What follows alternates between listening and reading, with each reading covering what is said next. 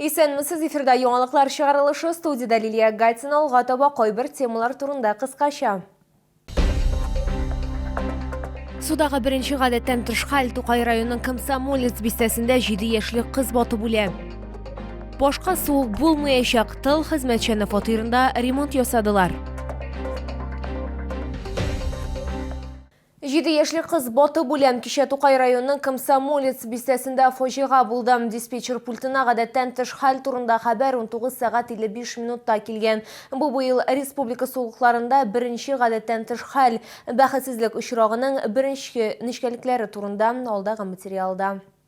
7 яшьлек кыз сулык янына 17 яшьлек күршесе белән барганы ясалма буа. Тукай районы Комсомолец бистәсеннән ерак түгел урнашкан. Беренчел мәгълүматлар буенча баласы койнырга булган һәм кинәт бата башлаган. Күршесе аны ярга алып чыган, тик кызны коткарып булмый.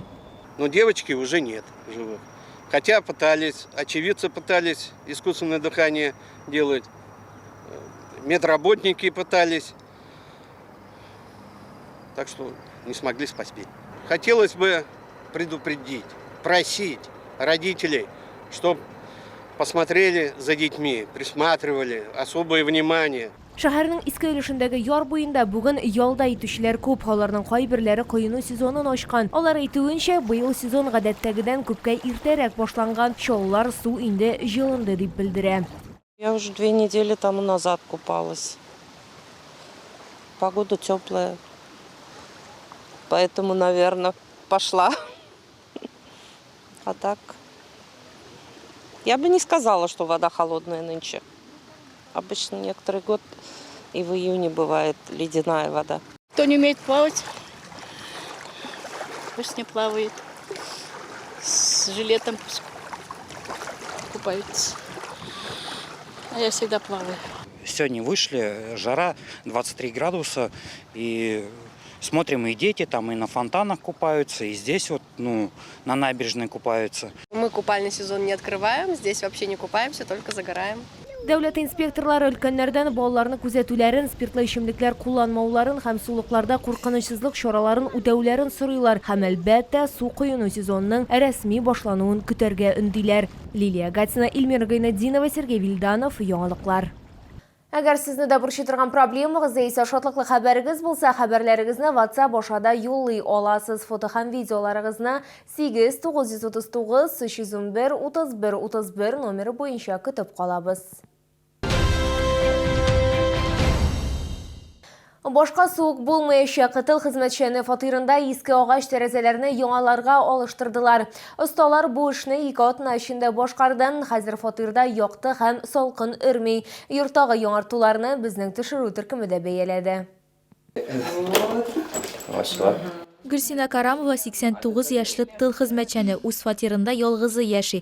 Пенсионерның сүзләре буенча аның өендә агач тәрәзәләр булган һәм кыш көне аннан бик нык салкын өргән. Суық болды да енді әйтем бит, итік киіп, үйде жүрдім пальта киіп, ондан соң жұқлағанда да шишінәдірім, шурки жатадырым.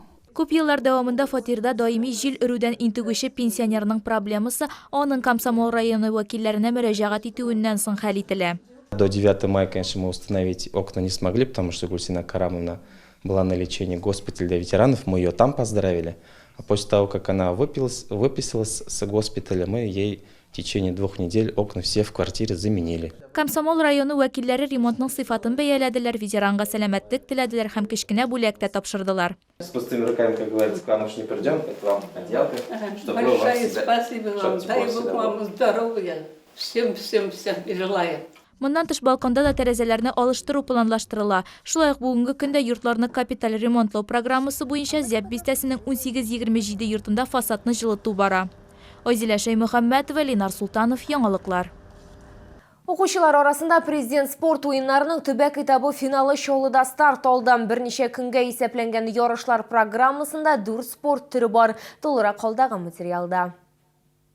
Быйыл төбәк этабы финалында Казаннан, Чолдан, шулай ук республиканың төрле почмакларынан Азнакай, Әлки, Бөгелмә, Зәй, Лениногорск, Мөслим, Соба, Тукай, Теләче, Ютазы районнарынан 12 команда катнаша. Соперники все достойные, многие даже из них знакомы, участвуем не первый раз. Да. В прошлом году тоже участвовали, выступили достойно, заняли 3-е место всем командам. Вот. Настрой боевой, мы готовы рвать. Бірнеше күн дәвамында балалар жеңіл атлетика, волейбол, баскетбол, үстәл теннисы, туризм һәм йөзү кебек спорт төрләрендә ярышачаклар. Это очень важный проект, который изначально был поддержан президентом Российской Федерации. С прошлого года эти соревнования имеют статус на Кубок президента Российской Федерации.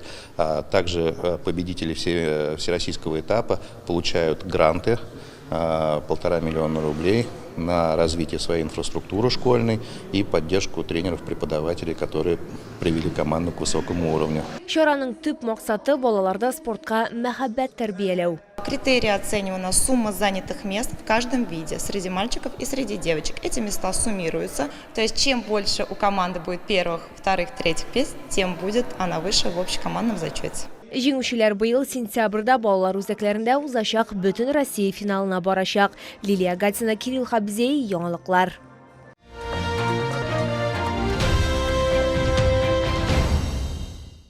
Табигатькә һәм спортка мәхәббәт белән Чалда яшел марафон кысаларында ярыш узды. Спорт чарасы Россиядә инде 10-нчы тапкыр оештырыла. Юбилей узышы турында тулырак алдагы материалда сөйләрбез.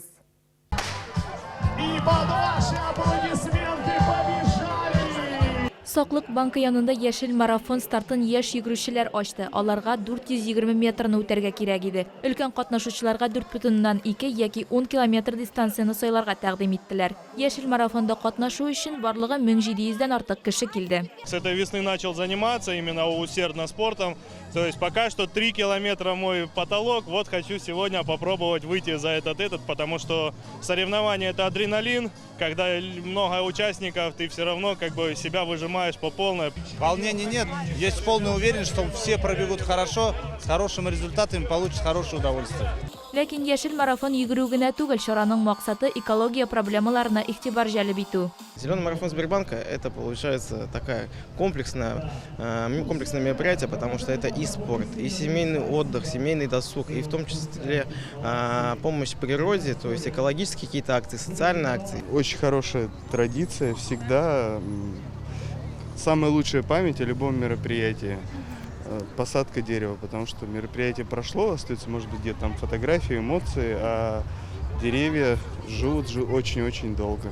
Яшел марафон Россиянең 60 шәһәрендә узды. Спорт чарасы кысаларында алмагачлар аллеясы һәм гортензияләрдән чәчәк түтәле утыртылды.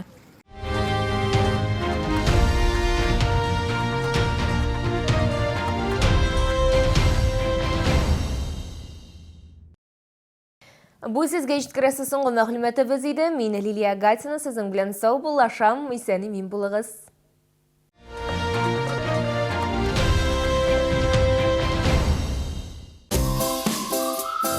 Казань-Экспресс. Выгодные покупки быстрее, чем за сутки. Требуются водители-экспедиторы категории Е. Грузоперевозки по России. Зарплата от 80 тысяч рублей. Телефон 919 626 30 70.